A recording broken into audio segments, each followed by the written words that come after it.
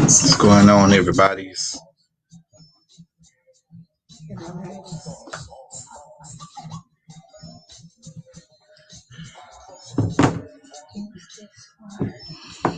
Are you? No, if you make a post, tell everybody we on Fluent Radio and not on my regular page. Actually, I took that part out. I had to think about it. I took it out.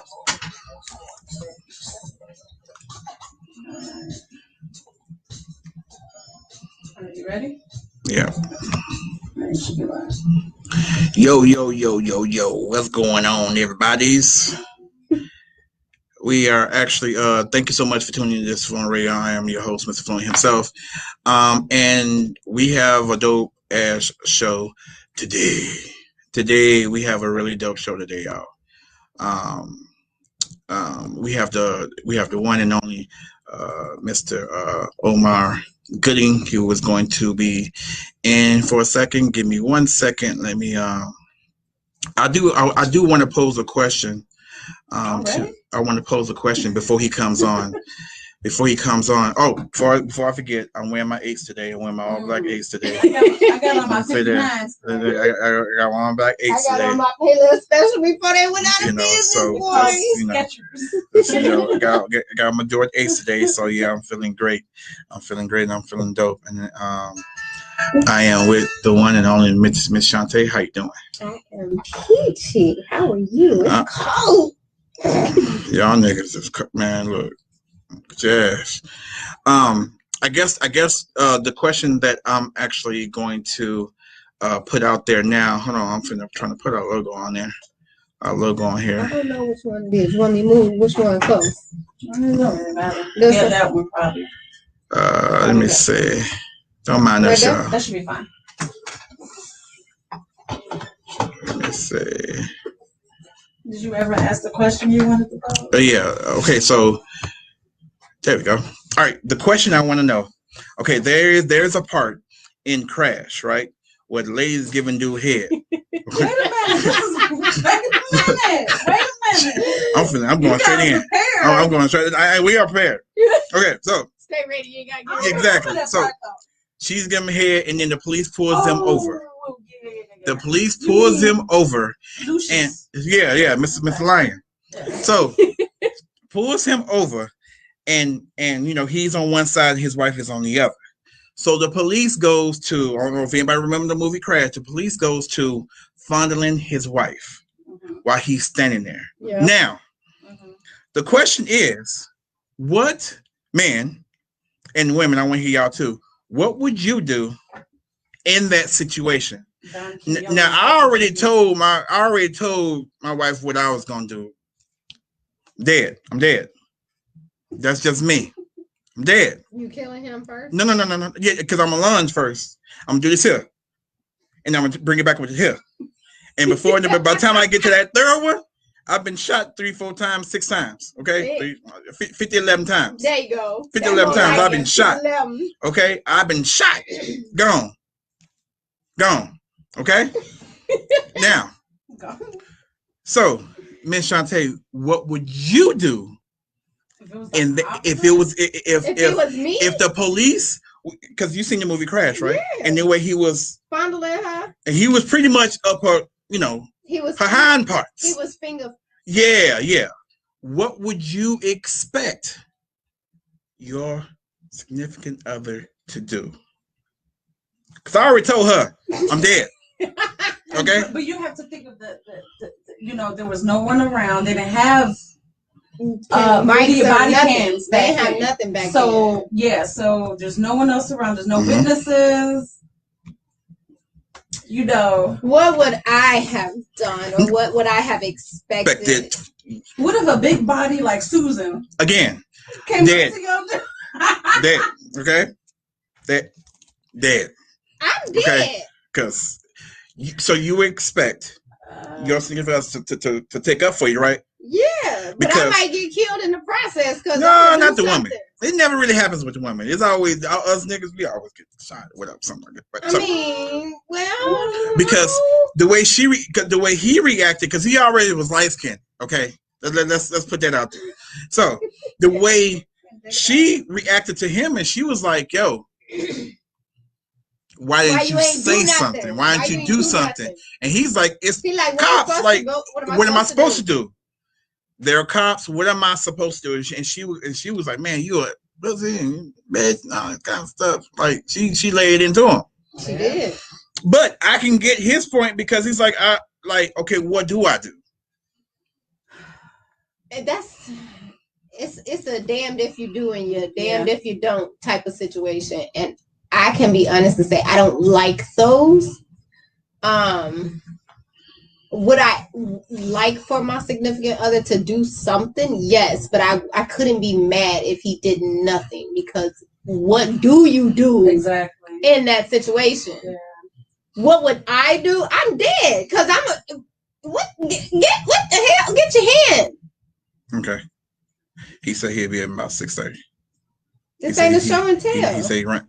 Look, they 6:30 his time, so right about 8:30. Okay. Out of there. Well, just like I told him, you never know how you're going to react to the situation until you're in that situation. Right. So it's I am telling you, I'm gonna have mixed feelings. But I will understand. I am telling y'all right now, Mr. Fluent, I will. You might as well get like. You mess around and be like the Tommy Hearns episode of Marvin. You have a whole pumpkin head. Seriously, he had hair. He had hair growing. It was like a little knot. It was a knot growing outside of his hair. That'd be me. That'd be me. That'd be me. That's just me. I'm telling y'all now. If it ever happens, the first thing that's gonna come out of my mouth, I'm gonna say, "Nigga." We know that's gonna have that for automatic. And it's on. Laugh off that alone. It is on. But I know she'll be like, no. Because some tell me you'll be like, me? Yeah, you on one hand, because you're conflicted. You don't want your significant other to be killed. Right. Now that's or hurt, harmed in any way. Right. That's the thing that I don't want to happen. But you understand, you're defending me, I'm going on your side. That's the one time I probably get my ass kicked. They gonna kill both of us. That's probably the one time I get my ass kicked. Yeah.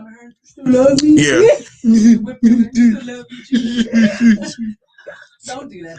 With the slime? Yeah. But that's probably like, but that's just me. That's just me. It's like, because I know what ifs, the entire movie. Yeah. It was very racially driven. It was for that purpose. It was cool how all the parts kind of intertwined and they're all connected. It was cool like that, but I was just thinking about, I don't know what made me think about that. Oh, I know what it was. I was watching that movie, Fatale. Oh my God, they've been talking to Shay. You've been talking about that movie. That movie is freaking good. And it really is pronounced Fatale, not Fatal. So just in case people want to, because Shay kept saying Fatale. I was like, girl, is it Fatal? And remember at the end of your show that everybody teased me, right? Yeah. Everybody teased me. I said, no, it's Fatale. It's Fatal. Okay, nigga. I saw the video. Yeah. Okay, Shia, you right, girl. It's Fatale. Shut up. Say it. So, what were you saying? Michael Ealy. Just in case we get an interview, I want to say the brother's name, right? Oh yeah. Yeah. Just in case. He is the only dude I know that could be that could be. He could be the asshole and he could be the bad guy and still. How you still sexy and you bad guy? How does that happen? Most people like bad guys, I guess. That's true. Y'all women, y'all like 80% asshole, but y'all like 20% good guy. And not with me. When they put him in barbershop with braids, that's what they messed up. Yeah. Y'all still liked him because he had that bad boy. No, that's what I'm saying. You know what I didn't like him in? For Color Girls. Well, he was in For Color Girls? Yes. Was he the one to do the kids off the... Yes. Okay, yeah, I remember that. I wanted to throw his ass behind them. Yeah, I remember that. Yeah. Okay, crazy. did you IG message me a post? I can share my story.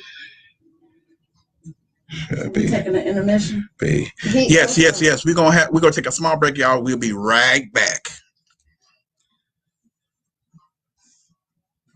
You lying? He focused. You see his mouth open. He gonna get me out. Yeah, you already know. Yeah. I hear. Look, let me tell you. Hold on. But no, we got some we got some stuff coming. Boy, we got some stuff. You laugh. I know, I ain't telling nobody nothing. Nothing. Nothing. Okay, we can go back. Okay, y'all, that was a short break. You know, we don't do all those long breaks and this and that there. We don't do it. But yeah, we were talking about Michael Ealy, right? You almost said it wrong again. Huh? Ealy, what? He said Ealy. I said Ealy. He said Ealy. Like relay? He don't mean Ealy. it. Like, Ealy. That's what I said. I said Ealy. He don't mean it. Leave me alone, McKenna. Me. McKenna, leave me alone. Me. Leave me alone. Melvin. Okay. Melvin. So yeah, so okay, so like I said, I mean, he's the only guy that could be the bad guy. He said, like I said, y'all with me, I'll just be like in the 80% asshole and the 20%. I don't understand. I don't I understand. kind of need a 50-50. Never mind if he don't open the door for me. Never mind if never mind if he don't do all the other stuff. Never mind. But long as he can handle himself on the yard, he cool. What? On the what? On the yard. Prison yard. That's what I thought you meant. I'm like, That's exactly what I meant. Exactly what I meant. Mm-hmm. Like seriously, y'all. So there's no such thing as a thug with a PhD and go open your door. You gotta choose one. Yes, it is. No, it ain't. Yes, it is. Mm-mm. So you're under the impression that the average woman is more so attracted to a dude that's a felon, or compared to. I'm trying to understand you. Yes. He think we all like bad guys. But y'all do. To a certain extent. I mean. But y'all do. This is where I'm taking my stand. This is here. Well, you might want to stand all the way. This is where the TI is. Okay. That's what y'all like. Every woman, and then they realize once you have had that bad guy, they realize then I want somebody, but you also want that guy that can handle himself too. You don't want to see him get his ass kicked too. I said persona. So he's going to have. That's why I said 50, it's never 50-50. To whoop some ass, because I can't be the one whooping all. But it's never 50-50. You ain't never. Well, look, it can be 60. If you want, let me tell you something. If you are looking, the door for me. If you're looking, if you are looking for that guy that's over 60%, you ain't gonna find him. Because that 6% of being 6%, because you know me, I only come once in a lifetime. So everybody only God said, I'm gonna break the mold with this nigga. Push the shit up under the damn, put it under there, put it up under the rug. You heard it like that too, you heard on the rug. Yeah. We all know. Curtain. But okay, so if you're looking for you're never going to get the average woman is going to get a man. He's probably, as far as all around good guy, the average woman is probably gonna get a 70% dude. All playing 70%. He's going to do everything he's going to be your ideal man. 70% max. And you went to what university? Max. Players University. 70%. Max. Okay. Because full scholarship there, my bad. Yeah, full scholarship. Yeah, full ride. Let me get comfortable. Okay. 70%. You are not going to get 71%. You're not going to get 75%. So you are going to get 70% overall. You are going to get 70% because he is going to lack in areas. Of course. He is going to lack in areas. Women, us men, we're going to get about the same amount. We're going to get about the same amount. Yeah. Because anybody who's over that 80%, anybody who's 80%, 90%, he ain't out there. You'll get 70%. That's it. In a lifetime, that's what you're going to get. 70%. That's it. Well, he cutting his chances short already. You can't fuck up. That tunnel is small. That tunnel is small. Okay, you gonna get 70%. Like me personally. No, I'm gonna be a little bit more nice because I'm nice like that. I give him about 80%. You gotta give him some wiggle room. 70% is wiggle room. That's not wiggle room. A woman wants a man that can handle himself. 70%. So you gotta have a brain. You got 10 things he does. You have to read without your hand, your finger. You have to read. You have to read. Know a little bit about finances. Know how to control your emotions at times. Some type of finances. have some type of finances, and you don't even necessarily gotta make more than her, but you have to know about it a little bit. Like you have to have a little bit of brain. Control your money, like that's manage fine. your money. That's what I mean. So CC made me forget I was on fire. So I was on fire. Okay. So and he has to be able to handle himself in a situation where he has to defend you. He has to be able to handle himself. If it's a one-on-one joint, you gotta whip some ass. If it's a one-on-one, you get your ass, she ain't gonna lay it. I'm telling you, the next argument y'all get into is she's gonna say, that's why you got your ass whooped. I don't know about that. Yeah. It depends on what you get in the argument for. I'm not it mean like that. It depends on what you get in the argument for, though. Not it depends. All, but not all women are mean like that. If that meant, oh yes, they are. I'm sorry. Women. Okay, so all women won't say it. How about that? The reason why they won't look, because look, I'm saying. The moment, it depends on the argument. I don't know. Because a woman, I'm telling you, if you cheated on her, she's gonna let it fly. What? If you cheat on her, she's gonna let that fly. I know, I'm bringing that up every moment I can. See? That's it. Look. Now, see? Yeah. I don't give a damn. Back pocket, nigga. Back pocket. Okay. You remember what you did May 1st, 2010? Got that ass whooped, nigga. So, got whooped, nigga. You got whooped. So, it's another one of those squirrel moments. So like I said, like me personally, so you see what I'm up against. So that's why she can actually go out there and she probably can talk with shit and talk with because A, she hang around me because I always talk shit. And B, we ain't gonna get my ass whooped by nobody. It's not the doctor whooped me, the doctor hit me on my ass and I'm still looking for him. I bet he did. Okay. Still looking for him. But that's just what it is. A women like us, we ain't finna be like if you got whooped by a bunch like by a one-on-one by a female, we ain't finna bring that up on y'all. I don't know about that. We don't care. Cause niggas is petty as hell. But we don't care. Niggas is y'all petty care. as hell. Y'all care. Remember that niggas is petty. Let a man get in his emotions so he can get petty. Watch how he bring up everything. Remember the other conversation, Shantae? Are you even gonna help her if she gets jumped on? Hell yeah. All you gonna hear is no, but remember depending on what status. This is the first week. Let's say this is the remember. If it's the first week, you're on your own. If this is the first week of us dating and you get jumped by some females, you are on your own.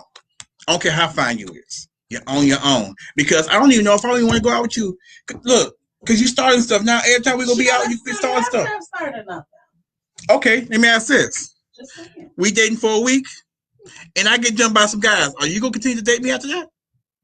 Mm-hmm. See? See? Because y'all ain't gonna want to be in that. Are they Debo looking news? Right. It don't matter. But it shouldn't matter. It shouldn't matter if he's bird chested. Do they look like pigeon chested, or do they look like? But it don't even matter because y'all could be dating for 20 years. Y'all could be dating for 20 years, and you still, and the Debo dude could come up and whoop you at what?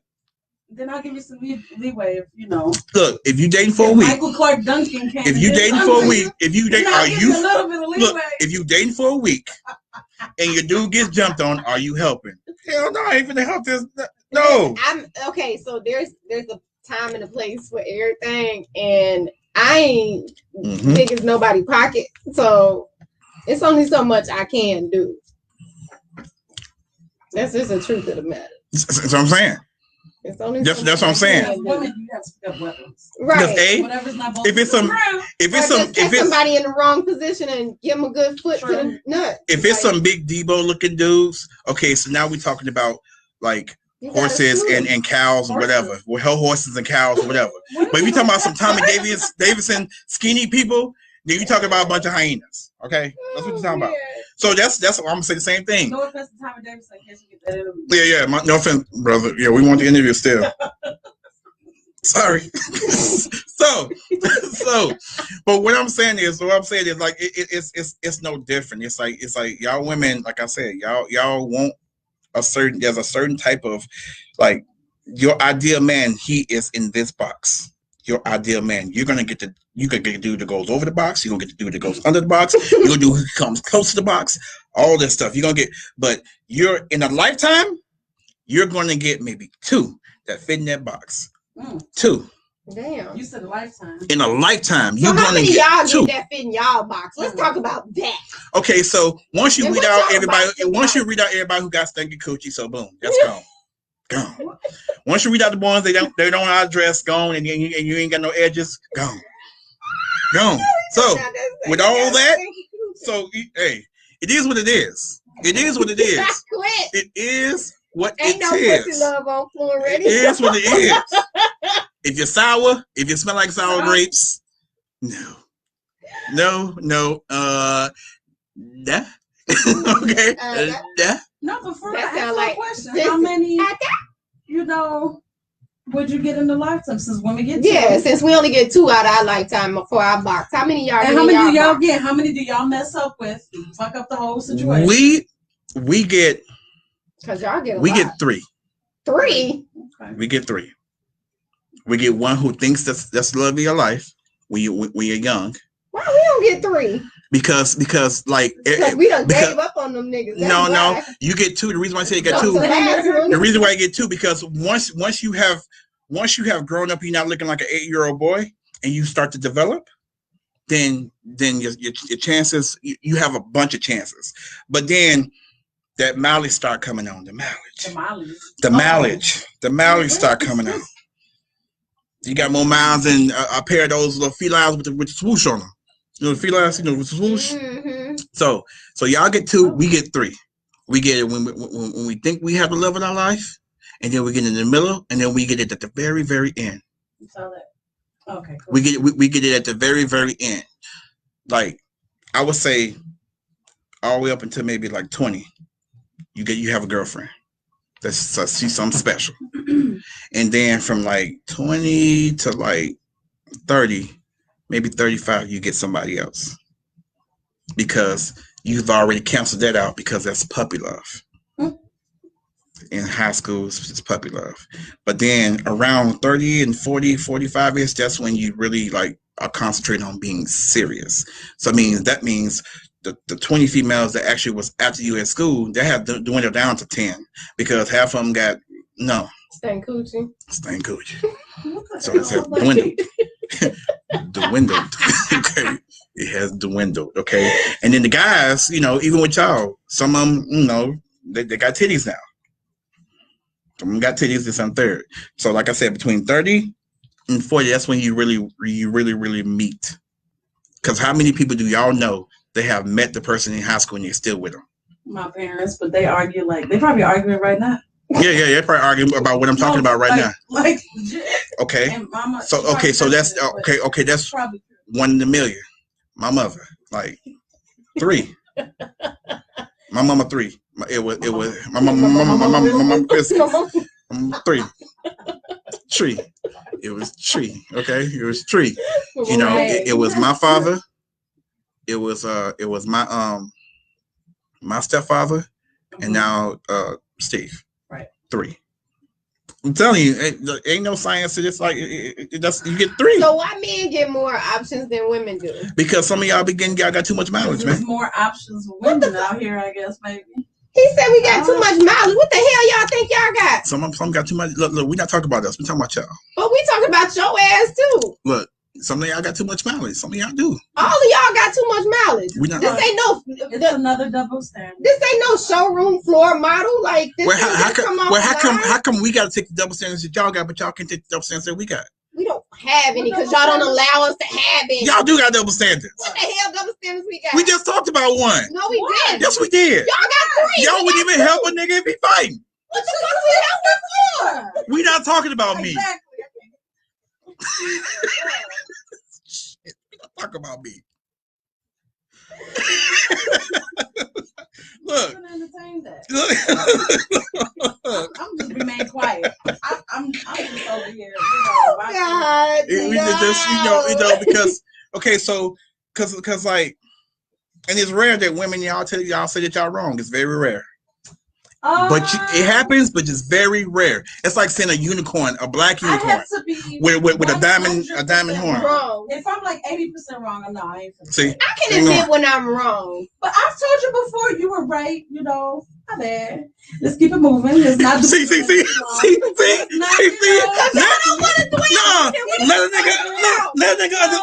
a nigga enjoy this. Let me enjoy this.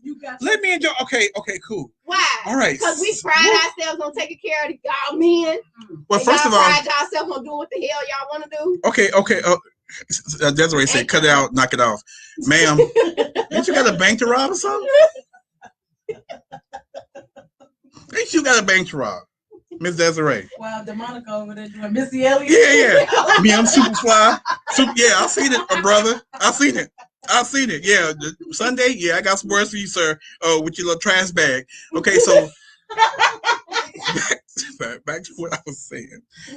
Back to now, what were we saying? We did a TikTok. Yes. Yeah. What were we saying? Your double standards. Okay, no. We don't have. Y'all have double standards too. You can sit here with your light skin and look all you want to. Y'all have double standards too. It's like just like for instance, just like you said, it's like we'll say I say I'm sorry.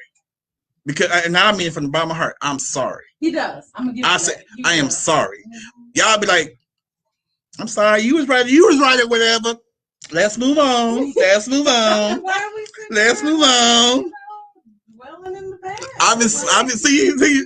That's up. Let's move on. Why are we moving on? Why can I enjoy this moment right now? What? I wish I kind of had that privilege my damn self, because I don't have that privilege. What, to be wrong? No, I don't have the. That's what I said. Let's move on. Well, y'all be getting your hair done. You don't want to scratch it, so you. I know, but I don't have the privilege to. No. Well, you had it when it was silky smooth. I'm not talking about that. It's still silky smooth. Mm-hmm. Right? Why is he talking about the hair? I'm just saying what y'all just be doing. I can admit that. Who does that? All women. No, I didn't say you. I said women. I'm out. Women be like, let's move on. Let's move on. What? So it's dirty. You ain't never seen me do nothing like that. Stop playing. Look. And you know what? Just for that, I'm gonna start doing that. That's okay. I'm gonna start doing that now. That's okay. Because there are a plethora. That's fine. That's fine. Get to holler, let's move on and just slap them right. That's fine. That's fine. That's fine because there are a plethora of things. There are a plethora of things. No. There are a plethora of things that I do that annoy you. That annoy you. There's a plethora of things that I do that she just like. I just want to punch him in his face. That's fine. So morning. I'm not a morning person. Jamie's not a morning person. She hit you with the lip pop. Yeah. Nick. This Negro, as soon as we wake up, he wanna don't mess with me in the morning. Don't poke me, cause he like poking. No. Okay. Well, it's not my fault that you're upset. No. What else do you do? How much time do we got? I just look at her. I just look at her, and she's like, "Oh no, why are you looking at her like that for?" When I'm trying to explain something, he does like that. I can't do it. Do it. That. No, you do it. I don't like that look. I'm like that. I don't like that look either because it's condescending. It is very condescending. He does that all. I'll be wanting to backhand him. That is very condescending. It is very condescending. I hate it. Scratching place. Shut up. Has she ever heard that before? Yes, excuse me in my language. Scratching place. You see me over here laughing. I can't stand, man. First of all, look, I don't go to no strip clubs. I don't know none of that stuff. So at least I can have a look. You can have a look. I can have a look. Say you can't have it. She said I can't have a look. Oh. I'm just saying, you do that, I'm gonna get up and walk away. Straight, clean off. Straight off. Mr. Sam, what's going on, sir? Ask you what that looks like. What that mean? No, because yeah. But see, but the crazy part about it is coming from two light skins. It's coming from two light skins. It's coming from two light skins. So I can kind of it's cool. I expected this. The look definitely can be condescending. Like for instance, like it look like you like what the fuck? I'm gonna do this then when you try to explain something. You do anyway. Yeah, probably do.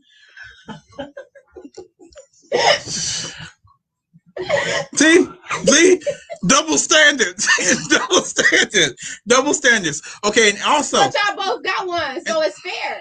Facts. So it's not a double standard. You got your look, she got her look. True. Next one. She can do her look. I don't say nothing. I don't say anything when you do your look. But see, when I do my look, she's like, oh my God, I just want to, she take her little fist and she ball them up. She be like, she said that like you got a little Barbie doll. She be like, I want to punch you. Okay. You know what your father said, right? You know what your father said, right? You know what your father said. Your father said, all of these light skin. Your father said, do not punch a man. Do not punch a man. Like this.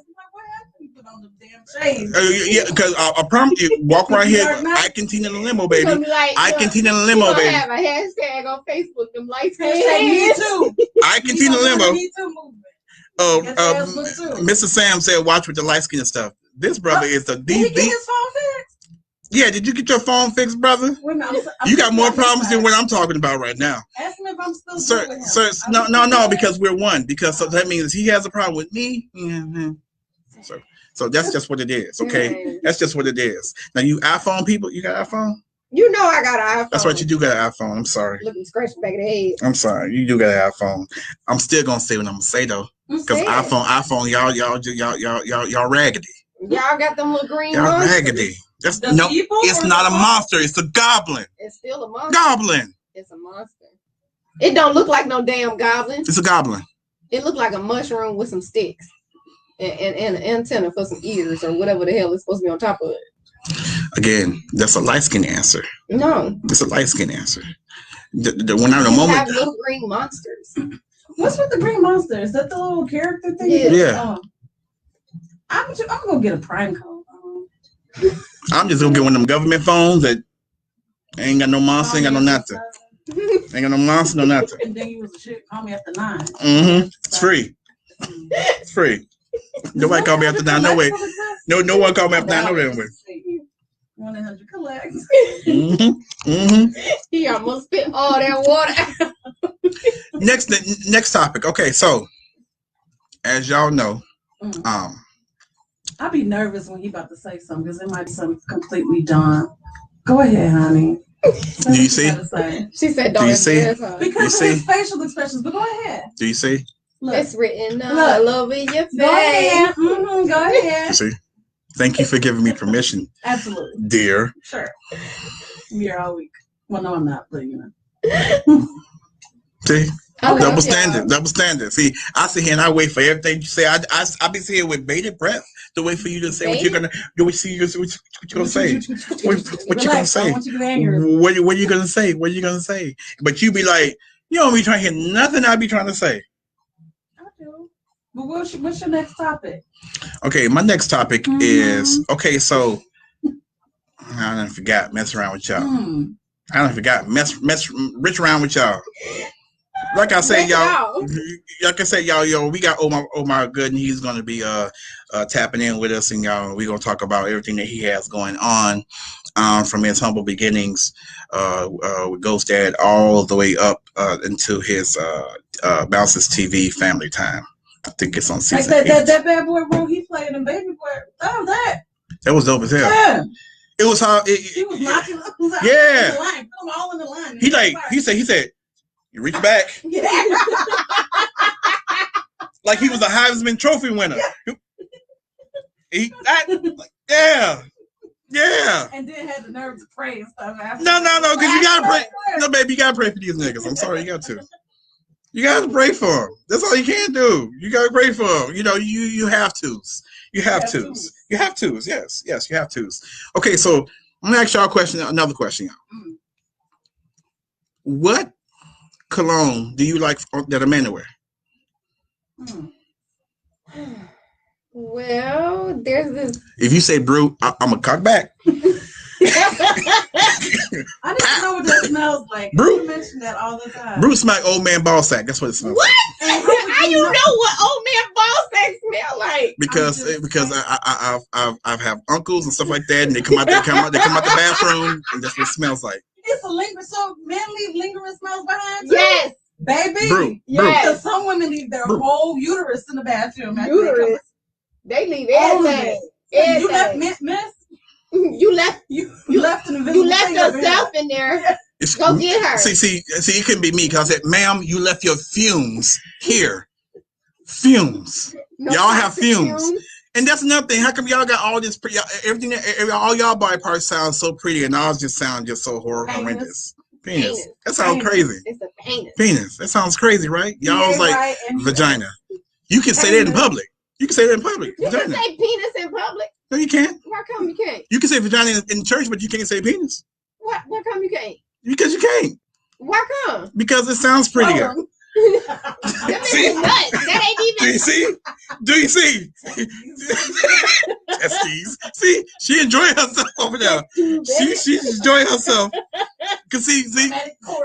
Desiree, Michael O'Wiley says Darkanor. What the hell is a Darkanor? Drakenor. Yeah, that's a nasty. I thought he was calling you dark. No, I thought I said Dick. Okay. I thought he was talking about me for a second. I had to read it again. Okay. Oh yeah. He said Pastor Sam's is sliding down the wall and crying about his phone.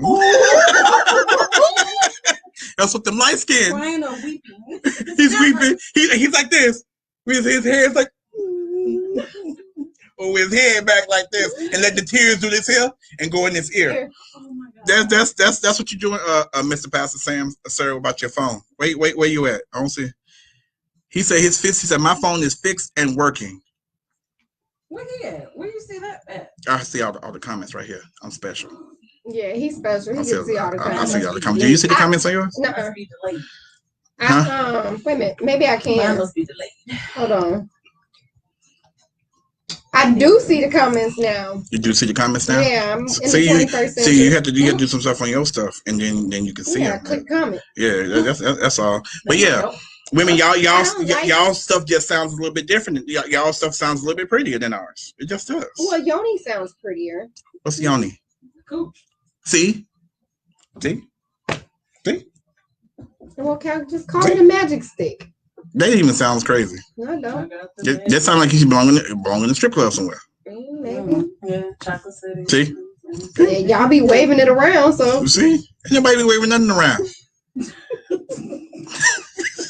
Nobody waving nothing around. You know damn well. You just be making shit. You just be making stuff up. You just be over here making stuff up. You just be making stuff up. I don't know what this do.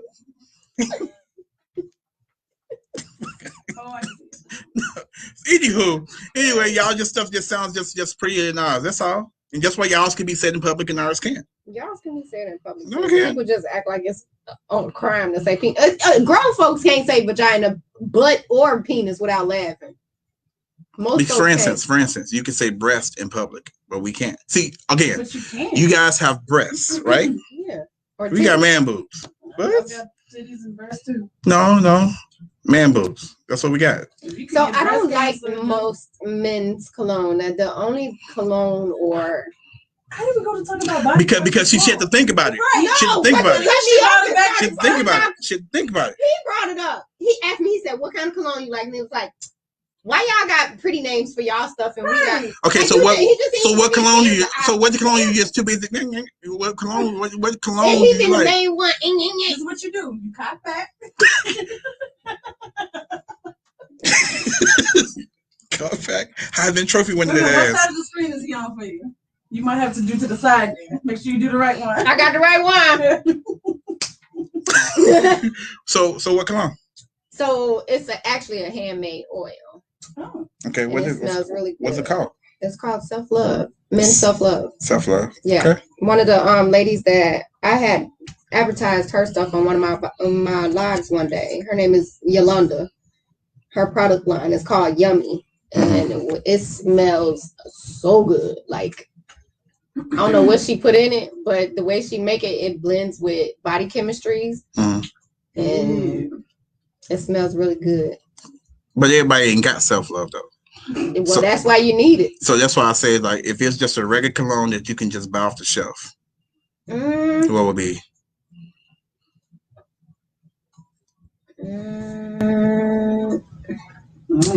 I can't pick one because I can smell the difference in it now. I can smell the chemical versus not. Okay. Hey, sir. All right. What's going on, sir? What up, though? Can y'all hear me? Right up. All right, so y'all, so the gentleman that we have right now is everyone. Okay. He said, hold up. We get like a check the mic period or something, you know what I mean? I ain't grabbed a brew or nothing. Hey, I got my water. We're gonna get me a little brew ski. See, we finna have some fun. Mm-hmm. Need to get a brew ski. Definitely. Is that the best I'm gonna see y'all? Is that? Let me see. Let me try to change it. 1 second. Okay, you bigger. Okay, I can see you. I can work with that. Y'all can see me though? Yes, sir. We can see you. Now look, can you see everything in the background? You see Kobe? Yeah, because right now it's between you, between my co-host, and between my wife is light skin all around me. So we yes. Damn, I couldn't even hear that, and it sounded hilarious. Hold on, let me turn something up here. Let me see. Camera's on, chat is on, mic is on. Leave. I don't want to hit that. Everyone can see and hear you. Okay, that's good. Boss Fluent, the mag. All right. Now, if I touch this, what happens? Oh, nope, don't do that. See what you made me do? Okay, but there ain't no way to get nobody bigger, huh? I said, oh, wait, there we go. Oh, there we go. Okay. I mean, whoever you got bigger. Okay, now I can see y'all. I feel like we're family. No. So on in here. No. I can see you. We can see. You know, it's a lot of light skin going on around me. What's that lot of light skin going on? Yes, we good. We good. Right. All right, let me turn this down. Plain and clear, Omar. He see us real good. Hold on, let me turn this. Let me just take it down a few notches. I don't want to take nothing off the taco meat. Okay. All right, so let me yeah. I see you now. Like, yeah. He's like, am I here? Am I here? Like, where do you youngsters in this technology? Is it on? Okay. We old. So you know, it's just we old. Okay, good. We calling 40-something old now. I get it. Yeah. Hey, I'm 42. I ain't claiming that yet. I'm not claiming. I ain't claiming that yet. Both of y'all so old. I'm not old. So anyway, like somebody grandma is like, I am not old. Yeah. Yep. Exactly. Yep. All of y'all. Yep. So having flashbacks. What's good? Definitely. So, all right, man. Thank you so much, for tuning in to us, man. Really, really appreciate it. So, let me give you a dope intro. Okay, so, y'all, this man is an actor, writer, comedian, rapper, voice artist. He has been in movies such as Ghost Dad, it's Old School, Baby Boy.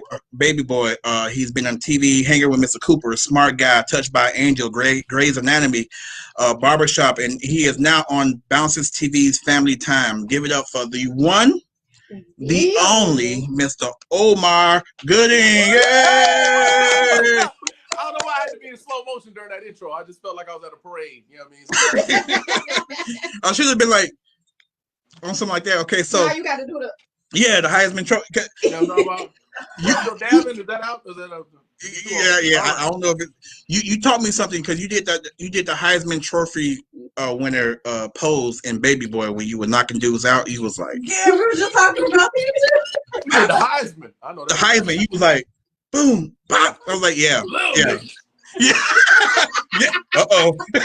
Yes. Knocking niggas out. Yes. Okay, so and y'all and we definitely not gonna overlook the fact that he is an artist, a music artist as well, y'all.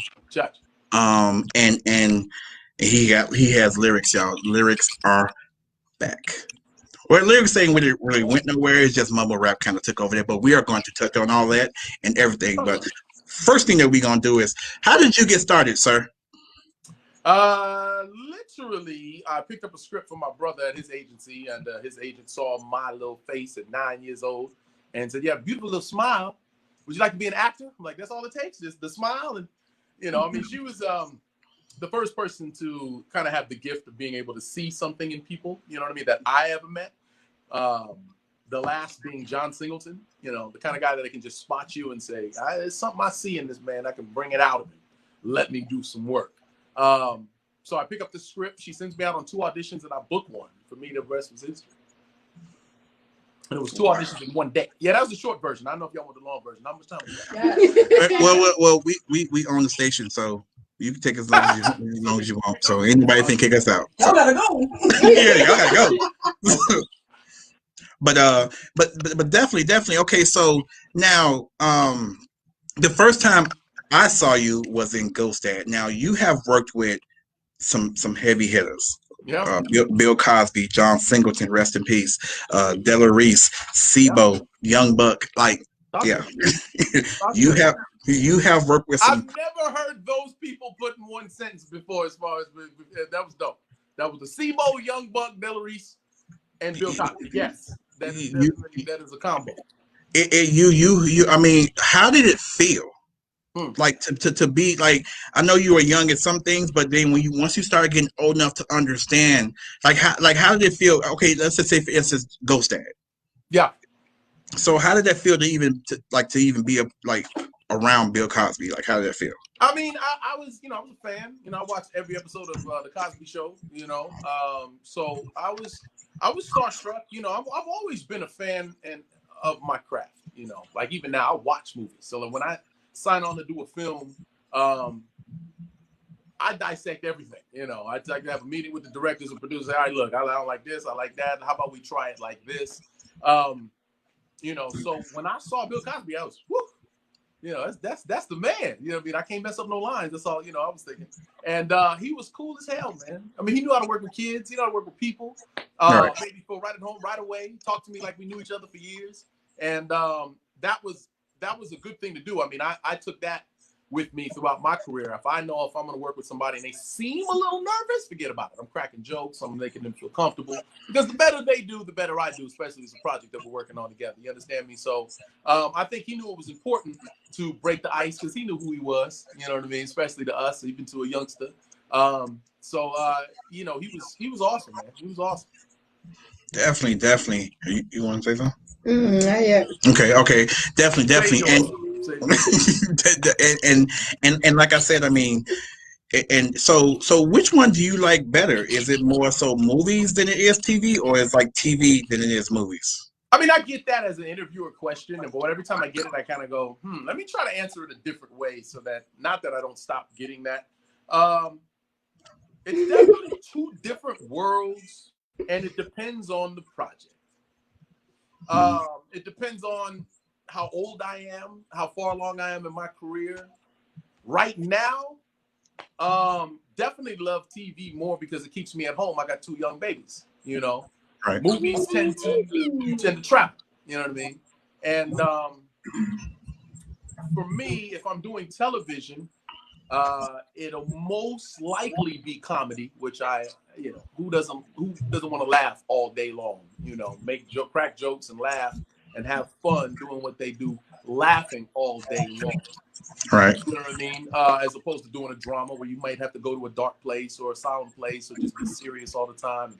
That type of stuff takes a toll on your spirit, which a lot of people don't really understand that. You've seen a lot of actors play these dark roles and then go into dark places, and then sometimes end up in tragic endings. You know what I mean? So, right. I strongly believe that. I've always felt, I think it's a blessing that I started working at a young age and I never really stopped, because I always, I was blessed as far as the opportunities that came before me and the way I was able to seize them, the hunger that I had, and it just being in me.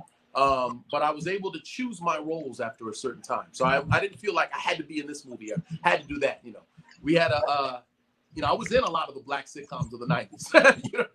Yeah, you were. At least 2 that a lot of people remember. And then I've guest starred on just about every other one. So I was a part of that era. And then when they kind of died out and then they revamped, now all these black shows are coming on that.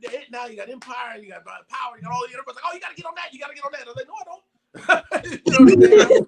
I never felt that, like, whoa, hurry up. Like, nah. You know what I mean? I thank God I still got my looks, in the sense of I still look young. I can still play this age. I still have a wide range of ages I can play. I can let this grow and look a lot older than I look now. I can shave, and they go, damn, you never aged yet, because I just shaved. That's why. But I do feel that clock running out. Then I'll be like, all right, I got to get in this. I got to, So for me to long-windedly answer your question, it really just depends on the role. If I go down the list of the things that I've done, sitcom-wise, smart guy, and then the current show that I'm doing, Family Time, are at the top of the list. I enjoyed it the most. I feel like the writing is the best, even though I'm one of the writers. And then as far as movies go, you know, it would be Baby Boy.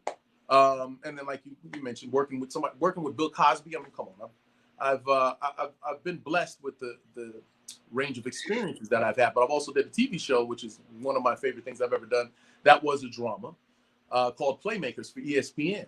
You know, because in high school, because I went to regular high school, I didn't go to no private school, nothing like that. So I was in high school. You know, black kids was getting busted in. That's when I got the reality check. You know what I mean? This is where you eat lunch. This is where the homies. This is where you should be. You go do drama and all that, and get your check. But when it pops off, you want us to have your back. You need to be up over here. You know, when that started happening, and I started, you know, kind of really understanding my culture and whatnot. You know, I wanted to play football, and I didn't get the chance to because I was working. You know, the coach was like, "You got to be here every day. You serious about this? It's the first day of school, first day of high school for all you freshmen. You better be here today for practice." I'm like, "Coach, I got to be on set today." But he never let me back. So then when, flash forward 10 some odd years later, when I get to actually live out what could have been, who knows, the life of a football star. Oh, it's beautiful. It's beautiful. Definitely. And now, Baby Boy. Short answer, and I get a long answer. That way, It could be, like I said, it could be either or. We done paid the rent and we done paid the electricity bill, so we good. We good. Internet. Okay, if any question I don't like, I just freeze. You be like, no, it's him. It's him. You're listening to me. So now, Baby Boy. Okay, you had to go to a different place. You had to go to a different place. Yes, that I've seen. Yes, that's what I was waiting for, because that was a natural part of him. Yeah, because it was at first I was like, okay, all right, how do we do it? And then as your character, your character, how's this gonna work out? Go ahead. You watch your character. Here we go. Your character was Sweet Pea. Mm-hmm. And your character was almost like you were religious, but you was a gangster too. Funny. You was a gangster pastor. Let me say that. Pride is religious. He was a human. He didn't want to go to hell. His life was his life, but he didn't want to. A lot of people do bad shit, but they don't want to go to hell. Right. Thank you. He was a bad guy per se.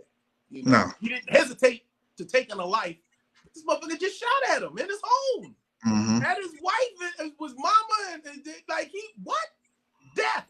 No problem. Bang, bang. That didn't make him a bad man.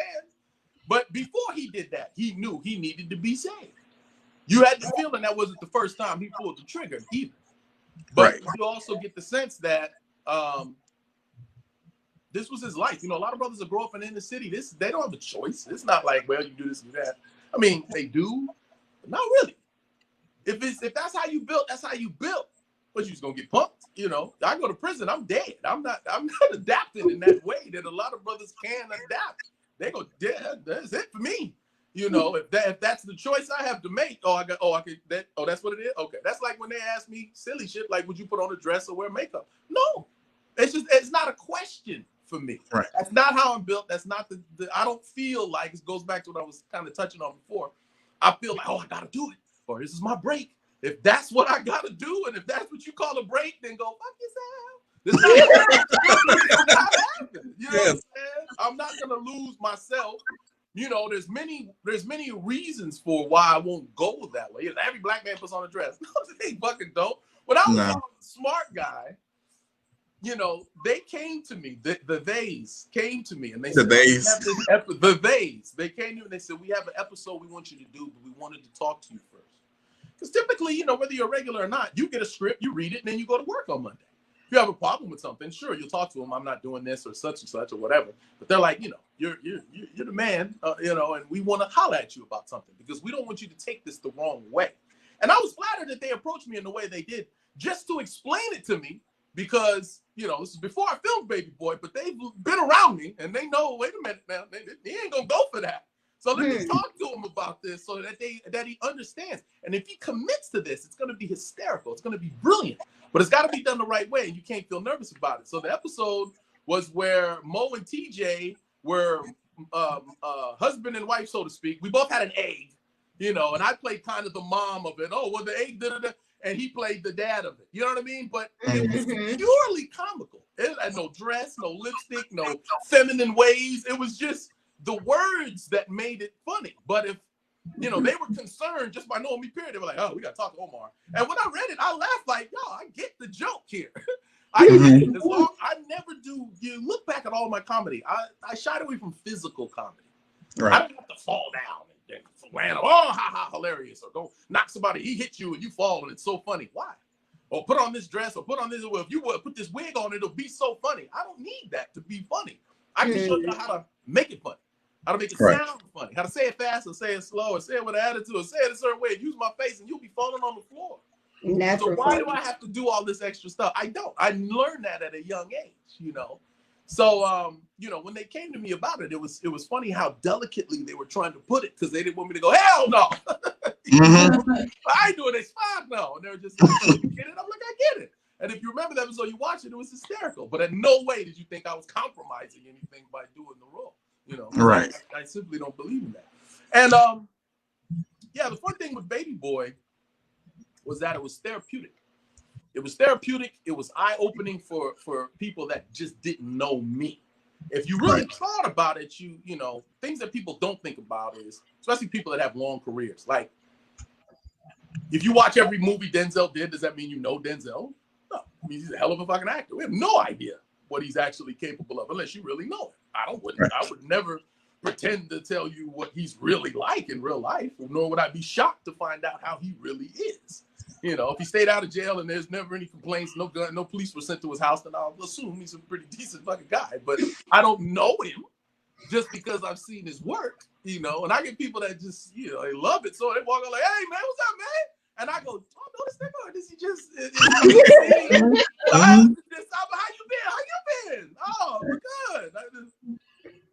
I don't know you. I just, oh, okay, good. Because I was sitting there trying to be nice and shit.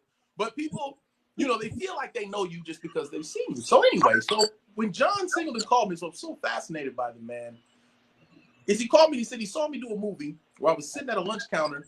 It was a movie called Freedom Song. It was about the first sit-ins in Mississippi.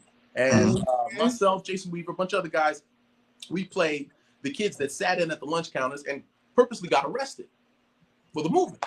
And you know, I was in it. I dare to say I was a co-star, guest star. I didn't have many lines. Put it that way. This one scene, he said he saw Sweet Pea. I said, "Damn, really? You don't know nothing about my past. Like, if you pay attention, okay, I got caught with guns, 24 hours of hell where I was during hanging with Mr. Cooper. I got pulled over by the police, and I had a bunch of guns in my car. I didn't shoot nobody. I didn't do drive-by. They just found guns, arrested me and a bunch of my partners. I had to bail them out, so forth and so on. Little probation, and then I kept my nose clean, as far as everybody knows. You know what I mean? So, other than that one incident, what would make you think I even had this in me to pull it off, you know? And he said, I saw it. I can see things. You let it slip. At that lunch counter, it was something about you. I said, yep, that's the guy. So, a lot of it hit home because it was right side of the tracks. You know what I mean? I got a lot of homies and people I grew up with that was affiliated that was really about that thing that I hung with. You know what I mean? People say, oh, you had all these niggas around you or living in your house, an entourage type of shit. Nah. I didn't hang with the Hollywood crowd. Because fuck that. I don't know them. I go out with one of them. Who got my back? I grew up out here. You got to have people that have your back. But I'm also an alpha. I'm also a leader. I never was like, where are we going, fellas? I was the youngest. And they're like, Omar, what's happening tonight? You know what I mean? And I knew that when it was time to get down, two things were going to happen. One, I'm stepping to the front to see who really want that shit. And two, if someone get past me, the niggas behind me got my back for real. You know what I'm saying? So these are the people that I grew up with. You know, when I'm finished hanging and doing life, I got to go to work now. Now I'm acting. I'm acting like Mo and acting like these other people. When I got to do Baby Boy, I was like, oh shit, well, cool. Now, I'm not saying that's me, but it's a part of me that I can let out that in another life, if other circumstances, if the gun charge didn't go away and acting career is over, shit, that could have been me. Right. You know what I'm saying? It's just to read everything in the script and go, damn, this is like everything I've ever wanted to say, everything that I kind of wanted to do, and that in that sense and that frustration that you feel as a black man when they fuck you and then you try to do good and they're still no, well, you're already fucked. You know, he's trying to sell this dress, but he doesn't have the communication skill. Like, I can't talk to you, motherfucker, the way I want to tell you. Buy the dress, bitch. Like, transactions, like a show them that I'm not a fucking heathen, you know. I felt that at 24. You know what I'm saying? And I had an incident that happened with a friend of mine where it was 3 of us versus about 13 or so people. I think every time I tell the story, I had a person or 2. But it was at least 10 people at the time. Mm-hmm. And they attacked us. And one of my friends got laid out, and it was so traumatic. You know, he survived, but it was one of those things where it was like, all right, well, then what y'all do? But it was taken out of our hands. Police got involved, jail got involved, but God took care of them. Mm-hmm. So for me, I never was able to kind of close the book on it. It was just one of those things you just kind of move on from. And then the script comes along. So when you see that scene, and I'm talking about some little niggas, and I'm looking around and you see that look in my eyes, and I'm beating these little niggas' ass at the park, I went to a real place, and I was able to vent through that scene. Now, I want to take away from me as an actor, like, oh, you wasn't even acting, nigga. No. I'm still acting my ass off. That work you do with your eyes and having to hold yourself away, you know, there's a lot of good shit that I'm proud of as an actor, but to be able to get that off and to vent and for it to come off exactly the way, because a lot of times as actors, we have it in our mind and then we do it and go, especially I do music too. I know we're going to get on that in a minute and whatnot later, but that's another thing. You can hear a song in your head or a lyric in your head, and you get in the studio and you spit that shit, be like, play it back? Oh, hell no. Nah, let me get one more. But that's not what I heard here. You know what I mean? No, it was sounding better in my head. Now I got to figure out how to say it. You know what I mean? So that was just organic. It was never like, how you looking in the mirror? How do I hold my chin? And is this the look for me? No, nigga. It was getting character. We'll talk about how we got in character in a second. But once I got it locked in, it was just action. It was easy. It was an easy job. When it was done, it was like, oh, God, thank God that's over. Nah, shit. We finished the movie, showed it to some people, a couple of screening audiences. They didn't like the ending. We killed Snoop Dogg so gruesomely. This is shit y'all didn't see. It was so bad and unprovoked that we had to go do reshoots. I was excited about reshoots because I got to film some more of this fucking awesome movie. So we went back and added a few scenes. Some of the scenes that we added were the prayer, the drive-by, and then we reshot how we killed Snoop, where we just shot him in the leg and then you just shoot him point blank. First time, we lit his ass up. And it was kind of unprovoked other than him moving back in with his girlfriend and blah, blah, blah. I was like, why am I shooting? That's your homie. You know what I mean? But you shot at my house and shit, I'm like, go ahead, get him. No, you ain't gonna get him. Well, you dead. You know what I mean? Because he did a drive-by at my house. Wasn't his house, I just happened to be there. You know what I mean? So we added all this stuff to the movie and these reshoots that made it, you know, the final product that it is. Now me saying, giving you a little bit of taste of you know, kind of my background. Again, I'm not full depth. Y'all read between the lines, so I like y'all. We like you too. When he called me and he said, the whole process was, I'll see you in 3 months, hit the gym, big nigga. Gym. All right. And I'll see you in 3 months. At 24 years old, shit, I dropped 20, 30 pounds like it wasn't shit, you know. So I walked in, I'm ripped up, I got a tank top on, shaved my head, and I go through the whole motions. I'm throwing stuff around the room, and that was the audition. And I left the audition. You know, he was like, good job, man. Thanks for coming in. I was like, all right, cool. You know, a couple weeks go by, I didn't hear shit. A month goes by, nothing. I'm like, oh, well, I guess I had put it out of my mind. I got a phone call that said I actually booked it. I didn't know what they was talking about. Book what? It's been a month, you know. So then the rehearsals start. Now, the rehearsal process was interesting because what John Singleton does, he doesn't do, in the movie that I worked with him, which is Baby Boy, he doesn't allow you to improv. What he does is rehearsals. So in rehearsals, it was all of us, the whole cast. In the rehearsals, he'll set up scenes and scenarios and we'll do improvisational type of things there. That's your time to kind of give your take on the role. Right. And then when it's time to actually start filming, niggas stick to the script. You know what I mean? Show them the script. All right, run it back. You know what I'm saying? So The rehearsal was dope, but I've told this story a lot, and it's just so true that it's delicious. He calls me out. The night he calls me out, like the end of the whole, rehearsal day. We've been rehearsing a couple days, and I'm all full of myself, feeling all, And he's like, all right, man, y'all doing pretty good. We start working in about a week, and we got a couple more rehearsals, and some of us need to step it up. They look me directly in my eye. All right, see y'all tomorrow. I was like, okay, right. And 24 years old, I'm at home, I'm thinking about it, stewing about it, like, all right. Ooh, I didn't like rehearse, I didn't read the lines or reread the script, nothing. I was just pissed. So I show up the next day and I'm on fire. Not drunk, I didn't drink like that back in the day. I was just on fire. And I was like, all right, so first exercise today is one of you is going to sit in the middle. And the rest of you are going to sit around him in a circle, whoever wants to go first, and ask them questions in character, and you have to answer. I was like, who wants to go first? Me? I'll do it. Fuck yeah. Who's up? Let's go. And then as soon as somebody start talking, what? Spit it out, nigga. Like I was just on fire.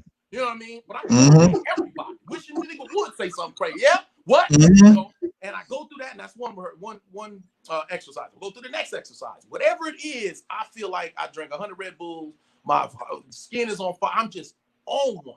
You know what I mean? So everything that happened, I was just like, I was bullying niggas. And Ving Rhames is there. Yeah. We just talked about Yeah. And I'm talking Ving Rhames crazy as a motherfucker. What? I wish you would. What? Say something. What? I said, nigga, if you don't calm me up, get your hand on my face. Jump on top of it. My mom said, you ain't even strong. Bitch ass nigga. Let him go. Do something. Which one of you have a motherfucker, And that's how I am for like fucking 45 minutes, dude. I'm just on. The adrenaline is pumping. I wish somebody would go, look over here. I'm making up shit. Now, I'm just improv, and then there's just going off script. I was just saying remember last week, motherfucker, the money you borrowed from me? Nigga, where is that? In the script. What's this nigga talking about? But I'm like, stay in character, nigga, so I'm going off. And finally, we get to like towards the end of the night, and Ving Rhames is had enough. He gets in my face.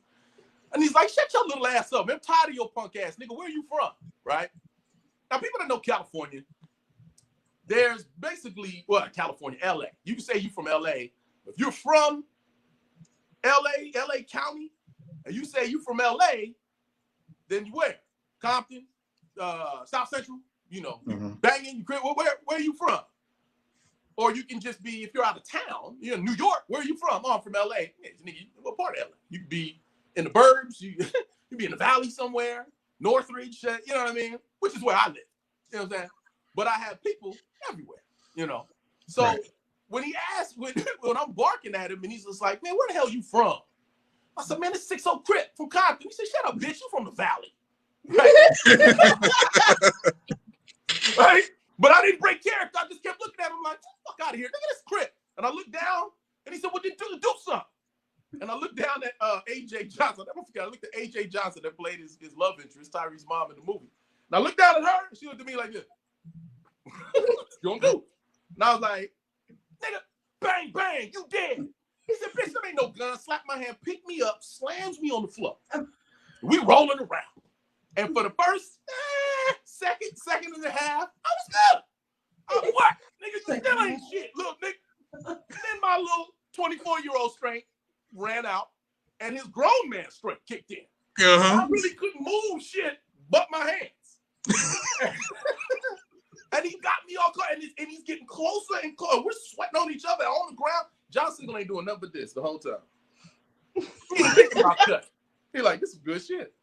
And it's getting to that point where it's like, this is getting real. And I remember I just got my hands free because his head is right here in front of me. And I grabbed him on the forehead and I kissed him. I said, cut, nigga.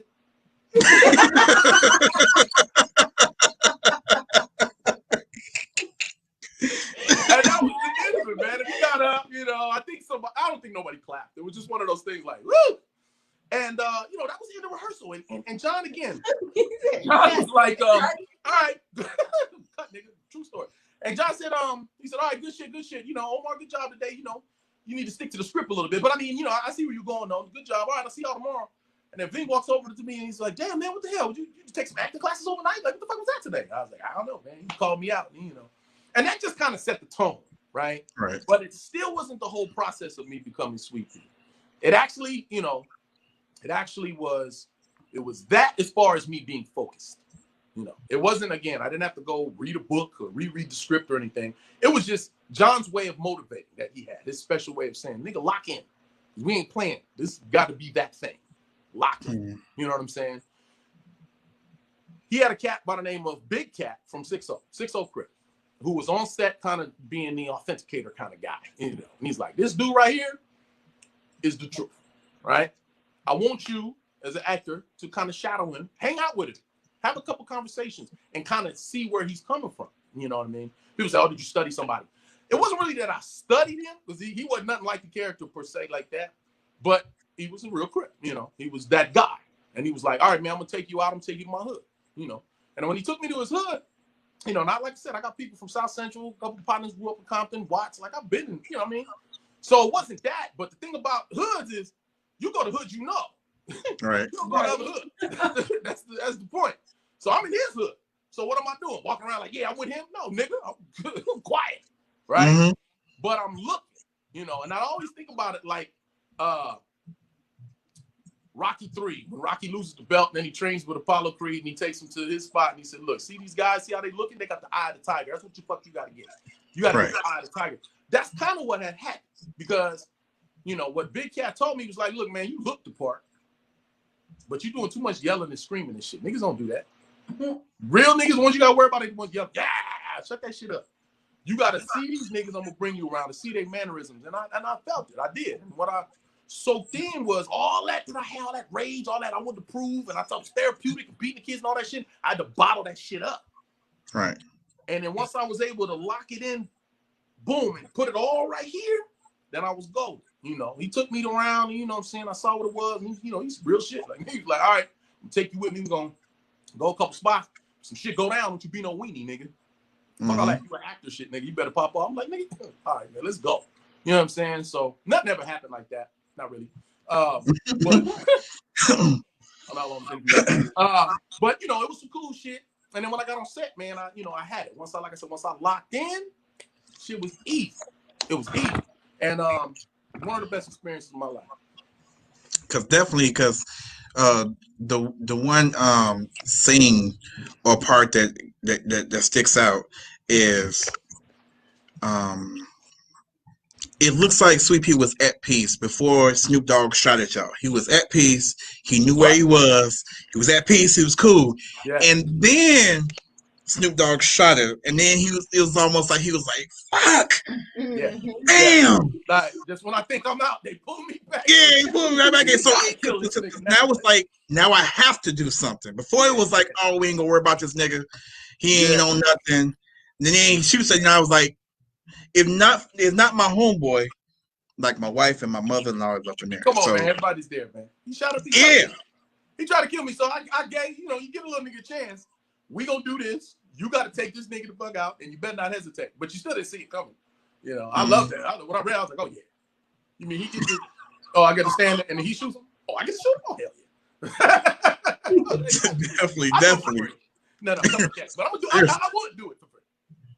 So basically, there was like a lot of cutting room floor stuff that we just never seen. There's shit that we never even filmed that was in the script that we were supposed to get. We just never got to. Love scenes that were supposed to happen that didn't happen. Man, but I mean, you know, there's a lot of stuff that y'all never got to see. Let's leave it at that. Next question. Well, I got 3 questions. Go ahead. So, first, how did your brother encourage you when you first started your career? Great question. So, he didn't. My brother and I are 10 years apart, 9 years apart, which is, it's like another generation. Mm-hmm. He's breakdancing and I'm rapping. Like, even though there was rappers then, but I always think of Beat Street and shit. But his friends were his friends. I was the younger brother. I want to go. I want to hang out. The funny thing is, I did a lot of shit, same shit that he did. And it just happened to be. Like, nigga, we the same. You gotta understand, people don't get that about siblings. Same mother, same father. We the same. You was 9 years earlier. Nigga, I came out the balls. That was me. But I was swimming and stuff. swimming. I love you. I swear. Yeah, I was asleep, nigga. I was asleep. But love, yes. Tough love from him, because it's like this. I had a father who meant the world to me, to our entire family. He was the shit, but he was never there, which kind of added to his in the shitness, because when he was there, I was like, oh shit, and then he was gone, but he was gone, and he wasn't just gone for me, because it was my sister. 1 year later to the day, my brother, and then 9 years later, myself. My parents got a divorce when I was like 5. So I always assumed that he was there for at least 5-6 years for my brother and sister there every single day. My brother and sister like, that nigga, no, he was there. And one of us had him. Yeah, you know what I mean? So, but the thing is, he's gone, and I can get into my whole life story, but we run out of time. Now I got a documentary too. I won't give y'all too much. But make sure y'all watch my shit. Yes, sir. Yes, sir. So when he was gone, my brother was the head of the house, right? And then when he turned 18, he's gone. He got to go get his. He can't do that at home with mama. Now he go at 18. Now I'm 9. Now I'm the head of the house. You know what I'm saying?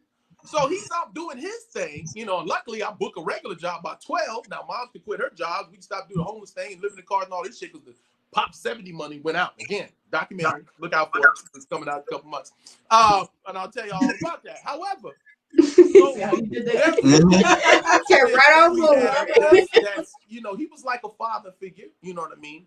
But more so in his eyes than mine. Because I was like, I got a daddy, nigga. So stop with that trying to be my dad shit. But Be my big I respect you like a motherfucker. Because my mama was like, you respect your elders, nigga. That's just what you do. Right. That's what it is. I don't want to hear that shit. Y'all don't fight. So I would never, you know what I mean? And anyway, but his way of encouraging, he was always a little skeptical about me as an actor. People don't know, we didn't get to the music. I don't know much. I keep talking about this time. You like, nigga, go on. But I got 2 young kids, nigga. I got to put them to bed. Yeah. So how old are they? With the music, I've always been rapping, always. And my brother's always been proud of that shit. So he's always kind of wanted to say, nigga, B, you should rap. Leave that to me and just rap, man. But it was in the blood and it was inevitable. And I'd already started working to the point where college wasn't an issue. Yeah, nigga, I got a regular already. You know what I mean? So he was always there if I needed him. But it wasn't like, you know what I mean? There was an incident that I had forgotten about. And this probably is some kind, my brain is crazy, man. I can memorize shit you wouldn't believe. You can hand me something, walk away 5 minutes later, I got the whole shit memorized, especially if you pay. You asked me last weekend, who? Oh, nice to meet you. Your name again? There was an incident on GhostDad that I had. I'm telling you, I don't even remember this. I did a documentary that I alluded to 3 times already, third plug.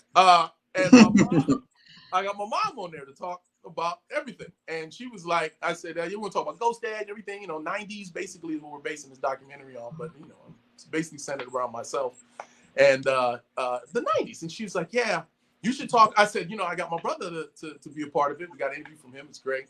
And she's like, oh, he should tell about what happened on GhostDad. I'm like, but she said, you probably don't remember this. And what happened was my brother, while I was on set, he came to me, and now GhostDad was what, 89? Yeah. Right? Yep. My brother came, and 2 years about before Boys in the Hood. He was on set with me, and he said, he just walked over and was like, yeah, man, in this scene, you're doing good, but I think you should do this. He was just giving me some tips, like some real, shit. And Sidney Poitier saw him do that and let his ass have it. Get your ass off my set. Matter of fact, you go wait in this kid's trailer. Don't nobody talk to my actors but me. Embarrassed the shit out. And he went to go sit in the trailer and stay there the rest of the fucking day. I don't remember that at all. But my mom said, like, yeah, it'd be crazy if your brother talked about that. I'm like, I don't remember it. I doubt if he did. My brother, he was like, Oh, you doing a documentary? Yeah. I should tell about the time Sidney Poitier threw me off the set. I said, what the fuck? Oh, I gotta hear this. And you know, I was like, well, I'm sure. I mean, that was basically the gist of the story. And I'm like, I bet you saw him again later on. That's you know, I did. So you know, they ran into each other 2 other times. Once after he did Boys in the Hood, and you know, I'll let him tell you that story again, documentary. And then the last time we saw him was after they had all took pictures as Oscar winners. So it was beautiful. So that all worked out great. But I'm like, maybe that kind of has a thing. It was kind of it was so fresh a wound for him when we talked about it a couple months ago, and something I don't even fucking remember. Be like, oh, it's something you never forget. Nigga, that's great Sidney Poitier, and it was embarrassing as hell. But it didn't really cause a rift in my eye. You know, again, that was my big brother. I could talk for days about actual big brother shit. I'm talking running home, niggas was chasing me, trying to steal my bike. He chased them up the block. Little him chasing big niggas up. It was insane. Fights, knock it off. Like, that's my big brother forever. You know what I'm talking about? But I mean, you know, it's a long-winded way of asking you a question, but I've never been asked this. But the way I said it, you might have threw it. What do you mean? Not at all. It's just that he would always say things like, just make sure it's fun for you, bro, because you're a little kid. You know what I'm saying? If it's fun, keep doing it. If it's not, go do something else. You know, right. The thing is, after 13, 14 years old, that was it. I couldn't start working at Blockbuster. That'd be one of them Where Are You Now stories, nigga. Yeah. I got a series regular role, nigga. I can't just, you know what I mean? And he was like, yeah, you can always change. How can I? You know what I mean? You know how daddy is? Like, nigga, this is the blood. You can't stop this shit. You can't, you know, I feel sad. Some people I grew up with who have the gift and choose the 9 to 5 because they don't take that leap of faith. They don't got a mama that's praying. They don't just say, you know what, I got it. This is my dream. You know what I mean? If it's in you, it's in you. If it's not, it's not. You know what I mean? But go. Next question. Was it that question number 1? I just want to say fun fact, and I'm gonna let her answer a question. Fun fact, y'all. His father's music was playing in The Joker. Movie. The Joker, the movie. It, bro. We're sitting in the his theater. father's movie. His father's music. It's in the background. It is in it. Did you watch The Joker and know that it was in there before you watched The Joker? I had to watch it. I had to watch it like a few times because remember what scene? Where he gets handed the gun. Okay. And it's deep. I a few times. I was like, wait a minute. And then yeah. I've never heard a song played that long in a movie before, unless it was like a soundtrack movie type of the Purple Rain or some shit. Like, it was long. It was deep, man. That shit choked me up because it was just like, damn. I was, you know, I heard, yo, your dad's song is in there, so just listen out for it. Man, they played like it seemed like the whole damn song they played, and I didn't hear anything going on in the scene. I had to watch it again. But yeah, that's a great fun fact, man, because that was real touchable. It was dope. Your second question? Fun fact. Answer my second question because I was gonna ask him about your family dynamics growing up, but you look like you was a little bad boy when you was growing up. Was I bad? No. Yes. This is the thing. My brother was bad. My sister was bad. When they talked about you're spoiled, we get our ass whooped. Like, first of all, my mama did not spare it around. My mama whipped my ass. She was one of them because she was like. She always, not only was she a black mom, product of, you know, generations of slavery and so forth and so on, but she was mom and dad because dad wasn't there. But, you know, my sister and brother, this is the difference between of us for real. The generational gap is, I don't remember not one time my dad put his hands on me, not one. But I remember every single ass whooping my mama gave me. But my sister and brother would say, oh, it was great. It was terrible because he'd be like, oh, dad's home. And then mom, after already beating our ass, would remind him of all the shit we did while he was gone. And then we got that second ass whooping. And I was like, I don't remember. I'm sorry. That's the part, I guess, when far back I remember as a kid was like 5 years old. That's when they was divorced. And then he was gone till basically they remarried when I was 18. I was triad size. You know what I mean? Love you, but ain't no ass whoopers coming this way at 18. You know right. What I mean? But no, I didn't like ass. I learned how to fight quick. I don't like getting hit. Period. I don't fuck who it is. Mama beat my ass, turned into she had to catch my ass. You understand what I'm saying? You come in, open the door, the lights is dark. She was the actress of the family. Come on in. Listen, there was the lights. I'm only late because just baby, come on in. I don't even know what you're tripping on. I'm not good. Okay, the thing happened. Right now, somebody died. I had to give mouth to mouth. Yeah, just talk about it inside. Okay, she looking around. Yeah, I think I'm up to this other. She just come on in. All right, and 2 steps in, shit just started flying. I just took the fuck off. Like that was me grown. I didn't like ass whoopings.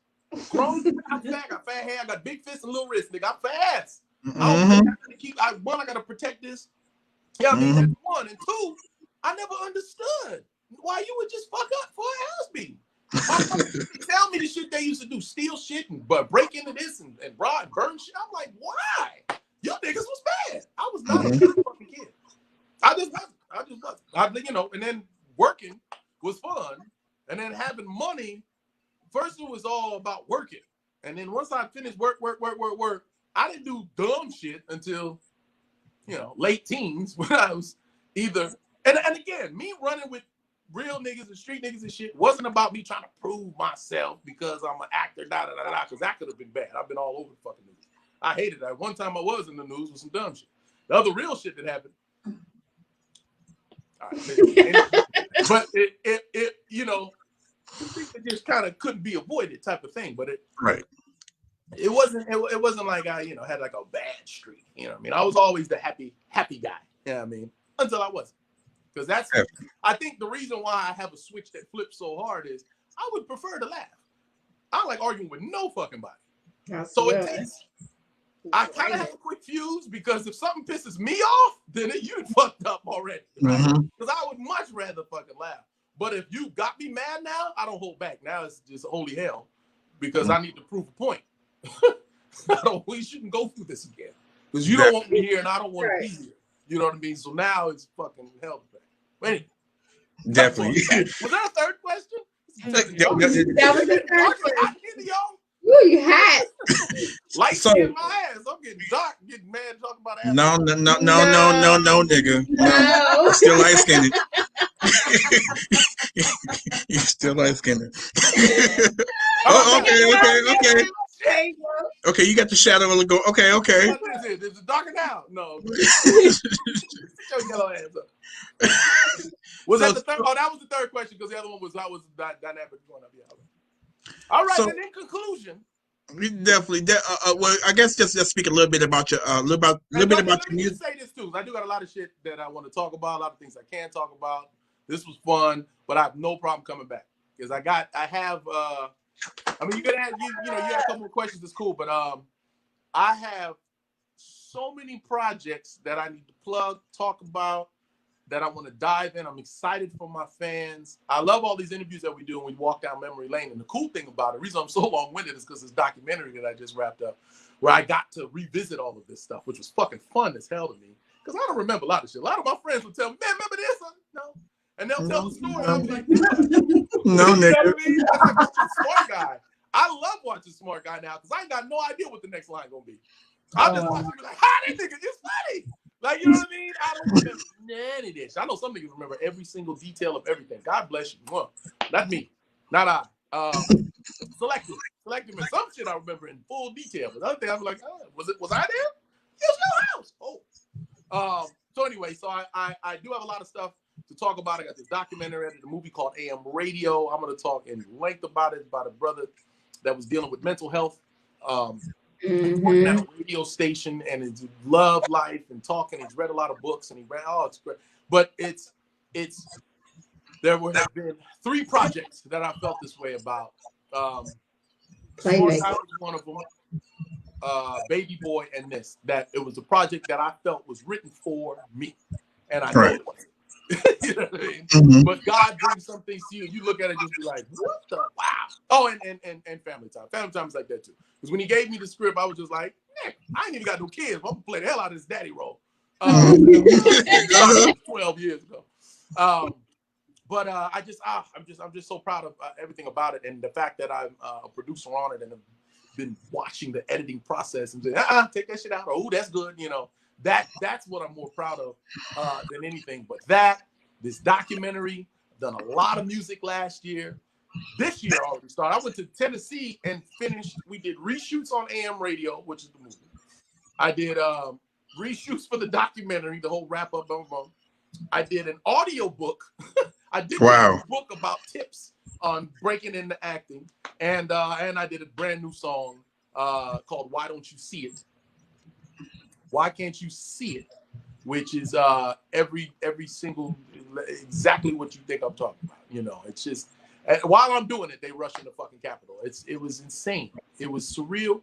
When I did AM radio, the one thing I will tell you about the film that may shock some people is this was the first time that I've showed emotion like this ever on camera. I even told them when I finished the scene, they're like, really? I was like, that. There was so much. I'm a Laker fan. I don't know if you see Kobe back here. I'm a Laker fan. January was devastating. Like, if I didn't have kids, I probably would have taken it a lot harder. You know what I mean? It's like things that happen, like when my father passed. Fucking, are you kidding me? But I just became a father myself. Becoming a father to me means it's not just you. You have to make it home, and there's a level of responsibility that you have no idea. You know, and it's funny where, you know, some people, like, if their daddy was this way, oh, well, hey, that's the son gonna be that way. You know what? It's funny, I said something, I don't know how I should say this, but I think my brother was a lot more like my father than I was, in the sense of, like, he had to kind of go get it, where my dad did it out of a necessity.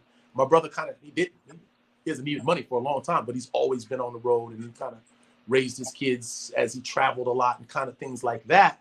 Where me, I'm like, fuck that. I need to be here. I don't give a damn. I love my wife and all, but shit, these little niggas need to see me. Now, I don't hi, FaceTime. That shit worked cute for a little bit, but I got to be the fuck home. So I do travel, but you know, and I got a lot of travel. It's gonna be a tough year because I got to get it done. But I want to get a couple things that I gotta do out of the way. But anyway, so with everything going on last year, that started with Kobe Bryant, then the COVID, then the quarantining, and then George Floyd, man, it you know, a lot of things hit black men where, you know, like, it was funny, man, how again, I don't know how deep and long we want to get into this, but, you know, I have white friends too. Some, the friends that I have didn't vote for Trump. Like, you know what I mean? Like, they thought they were hip, or they thought they weren't this or that, but they didn't really get it until that. You know what I mean? It opened up eyes in a very interesting way. I still had to talk to them. Like, it was easier to make the conversation of them saying, oh, man, racism doesn't exist. Please, man, I'm not racist. Why? That shit don't really, do you see it now, motherfucker? Like, it opened up a lot of eyes. But anyway, and again, we'll do another conversation about that. But with everything going on, when he said action, and I had to draw some emotion of a guy that likes to laugh, but in a role that's a dark place, and just have to you know what I mean, let loose, easiest thing I've ever done. And it was also therapeutic. I was able to release the shit rather than burning, tearing, going the fuck off on somebody or fighting in the fucking streets, even though I had a lot of, oh my God, I mean, I don't know, I ain't gonna speak for everybody. I had a lot of anger last year. A lot of anger. I didn't realize it. I'd go online, you'd see me posting, I'm with my kids, I'm smiling. I keep talking about smiling, how happy I was. Yeah, because that's all I'm showing. I don't think I need to put negative shit online. People want to scroll and smile. Let's see, look at the baby. Look at him smiling. He can smile, but I'm pissed. On fucking fire, man. And be able to have a project where I could release it. And it's a different type of release when you release as an actor. Because you can't just break. And this is something fun and interesting too. I don't know if I should say this, but I'm going to say it anyway. When I talk about my brother, there's something real interesting that happened when I realized that he doesn't act when he gets emotional. He really gets emotional. I've seen him cry one time. And it was when I was real life baby boy going through shit, and said some shit to him. He said, "Nick, I'm on my way. Who are you talking to?" I was, "Well, I'll be here when you get here." And when he got to me and he saw me, he saw his little baby brother, and he got emotional. And I saw him and he cried or whatever. And then we got through it. And I don't say we hugged it out, but we got past it. It was just one of those things that I just went, yeah, what up, nigga? You know? Right. And then I saw Boys in the Hood. And he's punching at the air and da-da-da-da-da. And he's crying. And I go, nigga, that's the same cry.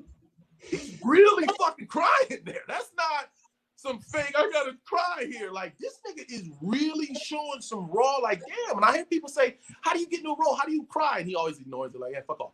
He really can go to the places. And I'm like, damn, like that is a bad man. As far as he's an actor, he can do anything. We've seen it. Radio, fucking radio. Yes, You I love think this radio. I tried it, nigga. I tried it.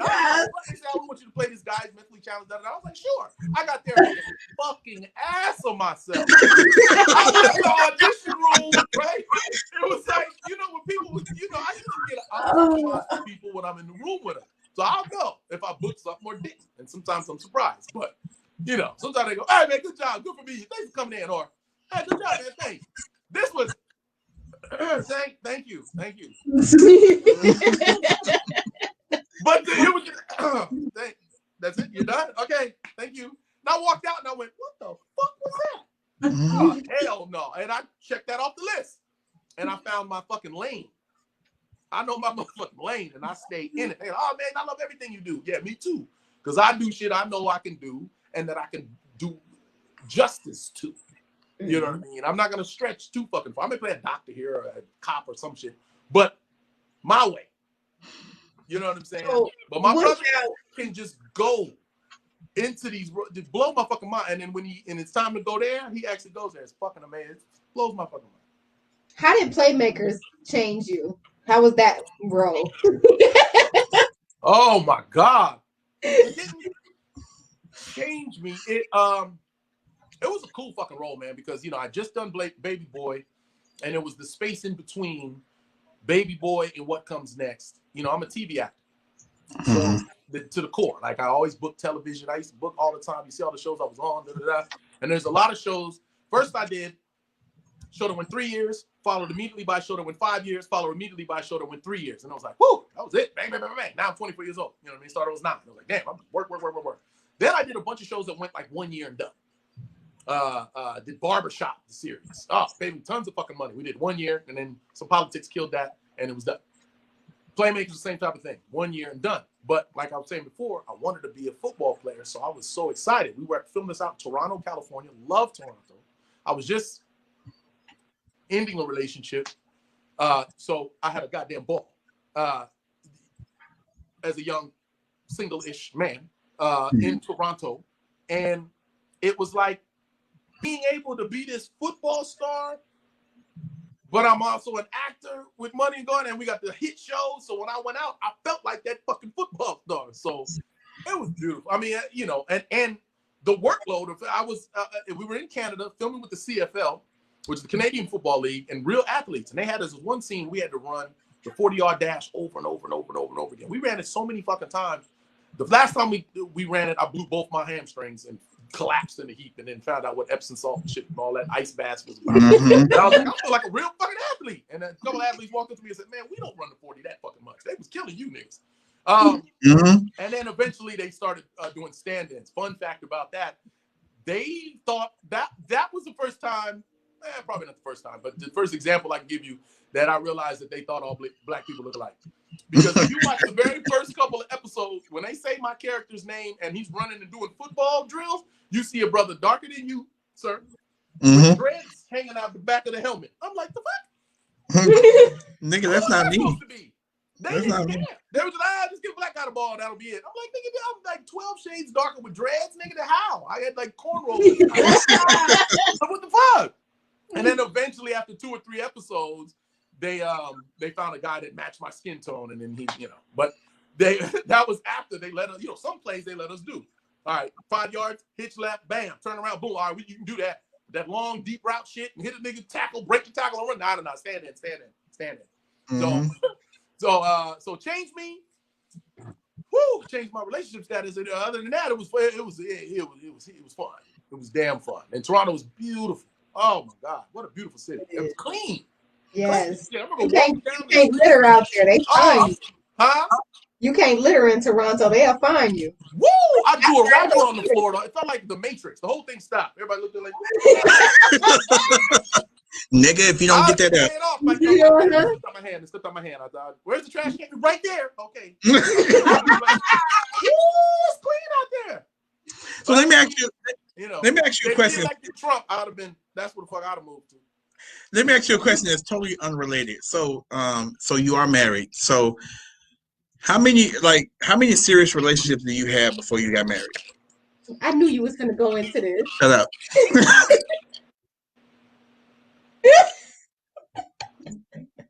The facial expression. We No, just the feed froze. I'm trying to hang up. This thing did not freeze. Exactly. So I just screen froze in front of his I phone. don't know if this is what you were getting at, but I swear to God, it crossed my mind the other day. Before social media, I was a mess. And I literally shouldn't say this. Damn, I'm giving y'all some jewels today. I think no, I'm not gonna admit that. Okay, so I was bad, but just to answer your question directly, serious? What serious? Like bring home the mama? Serious, like bring home the mama, bring home the mama. I'll fight with you. I'll fight with you. Serious is like I'll fight with you. Bring home the mama. I'll fight with you or fight you. I'll fight with you. Oh. Like somebody jumping on you, I'm gonna fight with you. So. Oh shit. I was very protective, one of them niggas, alpha male. This we could have met, not fight for a motherfucker. But can I get your phone number? What'd you do to that big nigga? I'll kill you. A good amount. I mean, I think my first serious relationship was like high school, but then high school. First serious relationship I had was a junior in high school. And then as a senior in high school, I had 2 prom dates, same prom.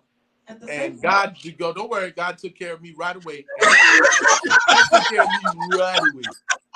I took one to prom, dropped her off, met the other one at after prom, and then said, we're going. This is when our prom was, you do ceremony, you go to after prom, and then you go to Magic Mountain. So on my way to Magic Mountain, I totaled my vehicle. Oh, wow. God got me right away. He said, Got you, nigga. If I had a seatbelt on, that was it. We would not have this. Wow. I woke up being choked by my seat. Woke up. This is when I didn't know how to drive. I didn't realize, and I wasn't drinking. I was sheer exhaustion. Brand new fucking car. Didn't even know you're driving unless you got your eyes open. What I remember was driving on the 101 freeway. Our theme song was "Let's Get It On" by Marvin Gaye. Probably had 2 fucking days. And I'm driving, and I remember it was dark because it was like 5 in the morning. And then the next thing I know, reality changes. It's bright. There's pieces of cars flying around, and I'm being choked by my seatbelt. So I just passed out at the fucking wheel. Just had no fucking idea. And luckily, just kept going straight. And I had a big SUV. Slammed into another one. That car gone. So those 2 were pretty serious. And then a few more after that. Can we go on to the next question? Yeah. 60, I told you. No. The reason why I asked this, is because I was telling my wife and I was telling my co-host here that us men, we get like 3 serious ones, one in high school. Look at his face. Look at his face. One in high school. One Come on, like. put that hand up here so I can see it. Come on, let me see. You I'm said doing what? like this. I'm trying to see if one in high school. That's probably up until like you like 19 or 20. That's a serious one. And then you get one like in your 20s, somewhere around there, a real serious one that you can actually bring home. That one it lasts for a few years. Yeah, that one lasts for a few years. And then your one is the one that you I concur. Well, what do we call You know it? what? I can't stand you because you had to. No. But now you all the ones in between, they don't count agree. for little things. They don't. Say again? Is that all the ones in between? They don't count? Is that what No, those don't count. They're just like one-offs. Oh, I see. But as far as serious. Not serious. So serious? Mama met all 3. That makes sense. See? You know what, brother? I can do all seriousness. I can dig that. See? And we talk about nigga who was in Go Dad and he was in the doggone Baby Boy. But why would people object to that? Well, you say you get more than 3 or you don't get 3? No, he said that women only get 2 and y'all get 3.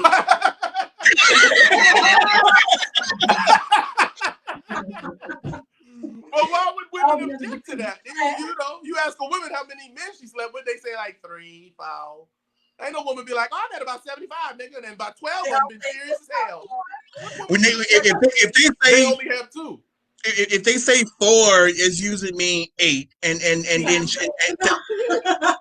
they say 4, it's usually 8 because every woman has a starting line. Put a 0 behind what a woman say. How many? Well, you don't live in California, I guess. Because that's why Women, I said, like, every woman when you meet her, you just at a certain age you learn to just man up. Because if you think about it, you won't kiss nobody. Thank you. You really think about it, you be you try to what the truth is and shit like that. Sometimes you gotta man up about shit.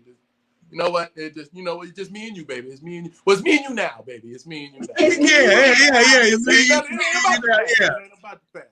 Because some people be walking up to you and got too much mileage, and I'm just kind of like, no. Nigga, You smell like a soiled mop. No. Think about it. You be talk about COVID-19. You wouldn't shit no, that's your straw. No, this is mine. Don't be sipping my shit. Coronavirus. So yes, Coronavirus. yes, we definitely, because I know you got your babies and everything. I gotta go. My phone even about to die. I'm gonna believe it. We definitely got to do a part 2. I'm not charging this shit. I was like, I guess I'll just talk to this shit. Go. We definitely got to do a part 2 because you got so much important stuff that's coming up, especially your documentary. We got to talk about your music. We got to talk about everything, including family time. We got to talk about all this stuff. So we definitely gonna do a part 2. We can do it. We can do it whatever you want. We'll talk about it off air and then plan it. We can do it maybe a week from now. That might work. Definitely. Mississippi in about a week and a half for this next role, which is gonna be really fun too. But I'll be able to talk about it in about a week. So let's do that. Definitely. Okay, so now before we get off, if you can get us a drop for our station. Okay, so basically, a drop for our station. So basically, we can drop. Basically, what he's gonna say is like, "Hey, how you doing? My name's Omar Gooding, and I'm rocking." Can I do that? How you doing? No, yeah. Leave me alone. His phone finna die, woman. What do you think? Okay. Basically, you saying, "Hey, how you doing? I'm Omar Gooding, and I'm chilling with Fluent Radio, where all things are fluent." Yeah. Yes, sir. You ready? Yep. What's up? I'm Omar Gooding, and you are. Wait. Hold on. Start over. Okay, nigga. Okay. I hate him. I tried to do it. You say, is it? I see Boss Fluent. No. Boss Fluent is our magazine, which I'm gonna talk to you about off air. Fluent Radio, where all things are fluent. Yes. Yes. What's up? I'm Omar Gooding, and I'm chilling. Am I chilling? Do we still say chilling? I'm with Fluent Radio. Yeah, I think you have to get memory too. You put it together, I don't remember it. Nigga, that's what you said. We stay chilling. We say we stick to our age. Or you can say chilling, or you can say I'm vibing. I'm vibing with Fluent Radio. I'm vibing with Fluent Radio. There we go. There it is. What's up? I'm Omar Gooding, and I'm vibing with Fluent Radio, where all things are fluent. Yes. Thank you so much, sir. I'm gonna hit you up. And then we gonna talk about part 2 and the magazine. All right. Yep. Yes. Yeah. That was good. And that was dope. Talk about having a personality. Yes. The last 2 people has been my niggas. It was like an hour and like 20, 30. Well, we were talking for about 30 minutes before. I'm not counting that. Yeah. We've been live for an hour and 50 minutes. Really? It was an hour and a half. Yes, we did our thing. Yes. All right, so I'm gonna let everybody go. Thank y'all so much for tuning in to Fluent Radio. We appreciate it. Y'all, it's gonna get even juicier tomorrow.